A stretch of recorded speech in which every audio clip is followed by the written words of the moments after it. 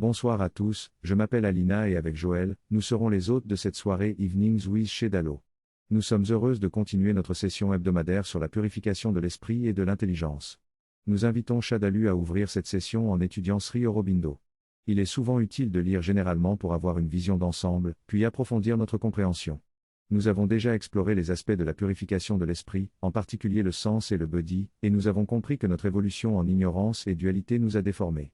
Pour rectifier ces distorsions, il faut abandonner nos formes habituelles et permettre à une influence supérieure de se manifester. La deuxième distorsion concerne l'impureté liée à l'évolution, où chaque niveau supérieur émerge d'un niveau inférieur. Pour comprendre, posséder et maîtriser ces distorsions, il est essentiel de comprendre la psychologie du corps physique, du corps mental subtil et des différentes couches de l'esprit. C'est là que les concepts de Chitta, Mana et Body entrent en jeu. Aujourd'hui, nous aborderons les aspects pratiques de ces concepts, afin de devenir conscient de ces parties et de les maîtriser. Notre objectif est de permettre à la Body de s'éveiller, de comprendre, de posséder et de maîtriser ses pouvoirs. Dans cette discussion, il est recommandé d'avoir vu les exercices précédents sur le développement de l'égalité, de la tranquillité de l'esprit, de la détachement et de la paix mentale. Il est souligné à quel point il est important d'observer le fonctionnement réel de l'esprit et les émotions qui le perturbent. Cette introspection est rarement enseignée dans l'éducation actuelle. Il est également souligné la nécessité de distinguer entre le mana, l'esprit des sens, et le body, l'intellect et la volonté indépendante. Un exemple classique est donné pour illustrer cette distinction, où une corde est prise pour un serpent en raison des émotions et de l'agitation que cela provoque. L'exercice consiste à utiliser le body pour observer objectivement et calmement la situation et arriver à la vérité. Ensuite, une expérience est faite avec une pièce de monnaie pour illustrer comment l'esprit des sens réagit et comment le body intervient pour analyser et comprendre ce qui se passe. Lorsque le pièce disparaît soudainement devant nos yeux, notre esprit des sens essaie de comprendre ce qui s'est passé, mais cela ne correspond pas à la réalité habituelle. C'est à ce moment que l'intellect entre en jeu, cherchant à comprendre comment cela a pu se produire. Cela peut être observé chez les enfants et même chez les animaux, qui réagissent avec étonnement et parfois de la peur face à des phénomènes qui ne s'alignent pas avec leur conception de la réalité. En tant qu'êtres humains adultes, notre réponse est plus subtile, mais nous avons tendance à vivre dans cette couche de l'esprit des sens dans la plupart de nos vies. Cela est particulièrement évident lorsque nous sommes absorbés dans des sources de divertissement, où nous laissons notre esprit des sens s'engourdir et nous influencer émotionnellement. Cependant, il est possible de renverser cette dynamique en engageant notre intellect et en étant plus actif et conscient dans notre expérience de divertissement. Par exemple, en questionnant les effets de la caméra dans un film ou en cherchant à comprendre les intentions et les messages cachés derrière une œuvre artistique. De cette façon, nous pouvons utiliser notre intelligence pour enrichir notre expérience plutôt que de la laisser être passive et superficielle. Dans ce passage, l'auteur parle de l'observation et de l'appréciation d'un film d'un point de vue plus intellectuel que émotionnel. Il souligne l'importance de regarder un film avec un regard critique, en se concentrant sur la façon dont les émotions sont amplifiées par les caméras et les choix de réalisation. Il recommande également de regarder des films avec des commentaires de réalisateurs pour comprendre leurs intentions et leurs choix artistiques. L'auteur propose également d'utiliser cette approche analytique pour apprendre de nouveaux concepts en regardant des vidéos éducatives, en se concentrant sur la compréhension conceptuelle plutôt que simplement apprendre un nouveau vocabulaire. Il explique que cette capacité à passer d'un niveau de conscience à un autre est libératrice et permet d'avoir une perspective plus large et de mieux comprendre le monde. Finalement, il encourage à revenir à la conscience sensorielle pour réaliser la limitation de ce mode de perception, avant de remonter à des niveaux de conscience plus élevés.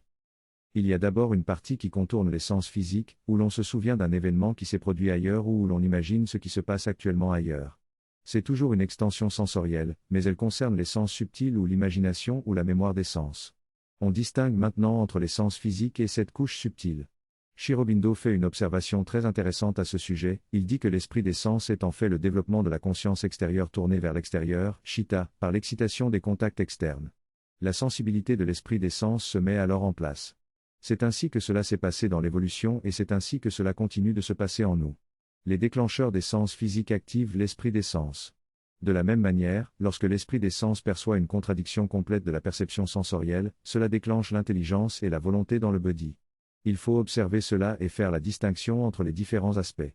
Sri Aurobindo explique également comment le contact mental avec les sens et les objets physiques à l'extérieur se forme par ce double mélange, l'impression nerveuse physique de l'objet et la valeur mentale que nous lui attribuons, ONS. Ces deux éléments forment l'expérience des sens. En conséquence, le fonctionnement de l'intelligence du body est constamment influencé par ces couches, non seulement l'esprit des sens envoie ses valeurs aux objets des sens, mais aussi les valeurs de réponse nerveuse physique à l'objet. Cela entraîne des distorsions dans notre perception et notre réponse à ce qui se passe réellement. Par exemple, lorsqu'on rencontre quelqu'un qui est mal habillé ou qui sent mauvais, notre première réaction peut être le dégoût et le rejet. Cela montre à quel point l'intellect est influencé par l'impulsion nerveuse physique et la valeur mentale nerveuse que nous attribuons au sens et à la réaction qu'il provoque en nous.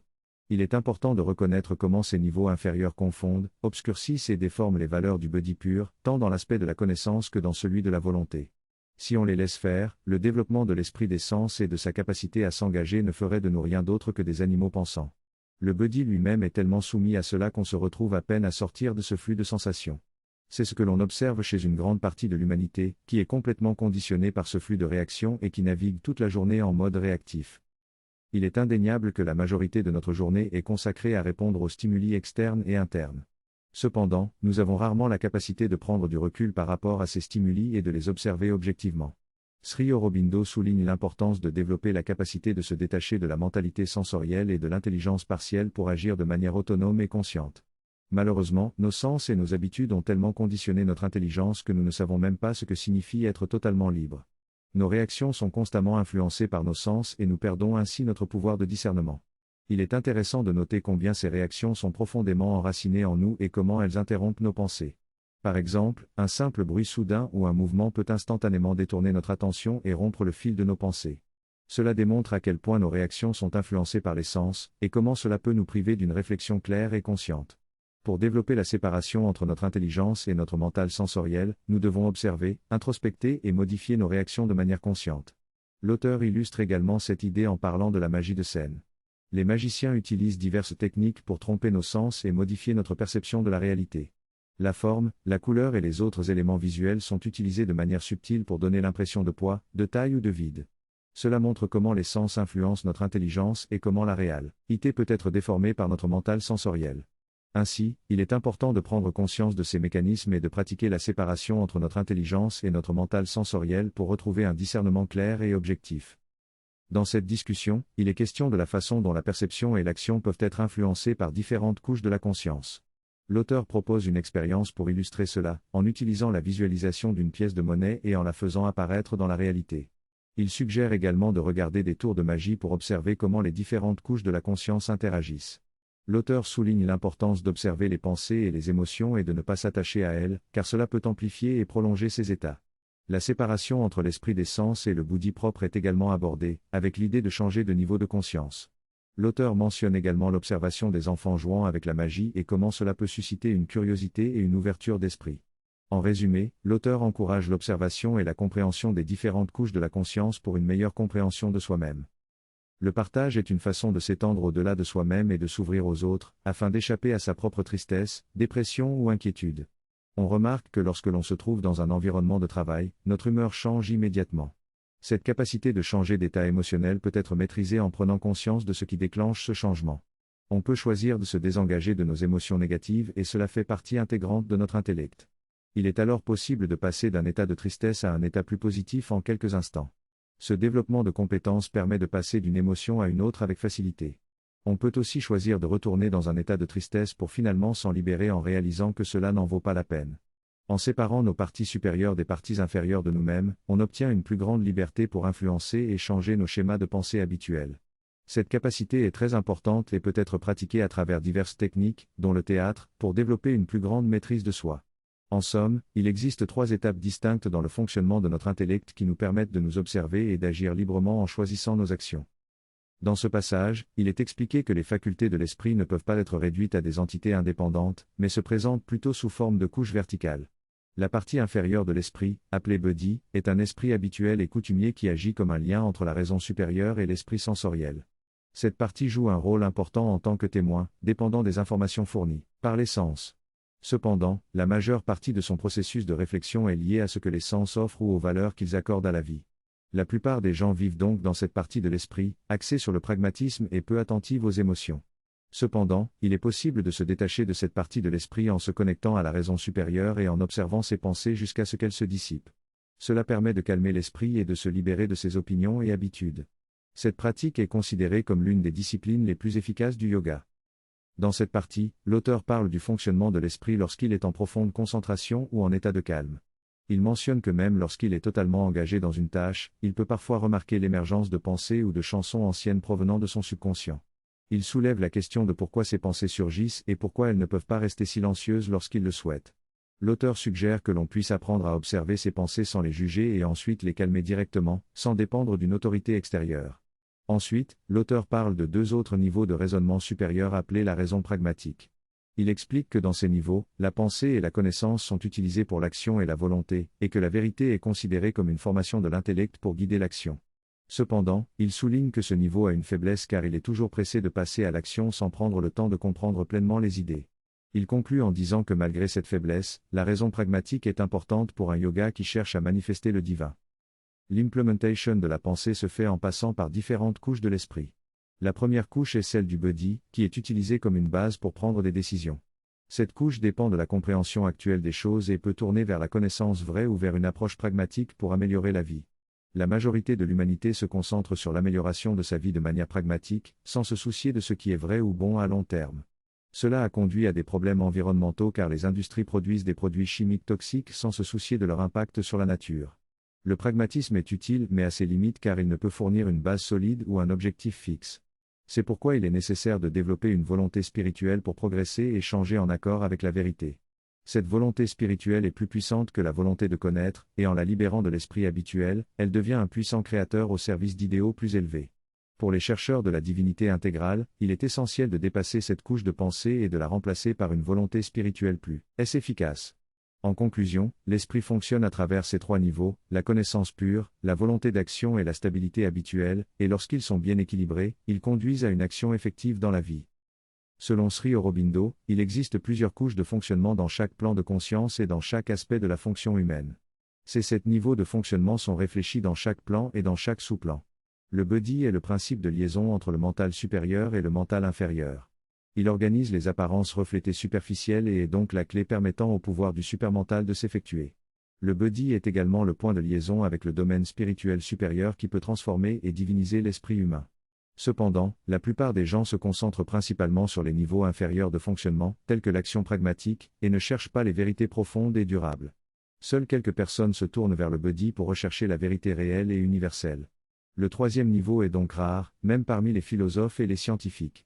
Certains se contentent d'enseigner ce que d'autres pensent, sans chercher vraiment la vérité. En fin de compte, le body est décrit comme un esprit de connaissance qui cherche la réalité universelle et la vérité par elle-même. Son but est de vivre dans cette vérité et de l'exprimer dans l'action. Ce texte aborde plusieurs problèmes liés à la mise en œuvre de la vérité. Il souligne que lorsqu'on passe à la mise en pratique, on perd souvent la vérité pure et celle-ci se distord ou est partiellement mise en œuvre. Le problème réside dans le véhicule choisi pour la mise en œuvre, qui est souvent insuffisant. Le texte explique également que la division entre la connaissance et la volonté est un défaut majeur de l'esprit humain. Cela crée une disparité dans le fonctionnement des deux, nécessitant des moyens différents et conduisant à des distorsions. Il est souligné que la vérité supérieure, lorsqu'elle est manifestée dans l'esprit humain, est souvent limitée par des idées fixes et des formes étroites. La religion est citée en exemple, où une vérité plus élevée est souvent limitée et déformée lorsqu'elle est exprimée dans les couches inférieures de la conscience. Pour purifier l'esprit humain, il est suggéré de le libérer autant que possible de ses opinions limitantes. Il est également souligné que la demande d'effectuation immédiate de l'esprit pragmatique peut entraver le développement de la vérité supérieure, car l'esprit se retrouve tiré vers le bas par les couches inférieures. En fin de compte, le texte met en évidence l'importance de libérer la couche supérieure de l'esprit des limitations et de chercher l'intuition pour atteindre des vérités plus élevées. Cela nécessite de se libérer des influences inférieures et de permettre à la vérité intuitive de prendre forme même, mentale pour être mise en action. La distinction entre les différentes couches de l'esprit est également soulignée comme étant cruciale pour une compréhension approfondie. Dans cet extrait, l'auteur parle du développement du mental dans le cadre du yoga intégral. Il explique que le mental a la capacité de percevoir à la fois des fragments finis et l'infini.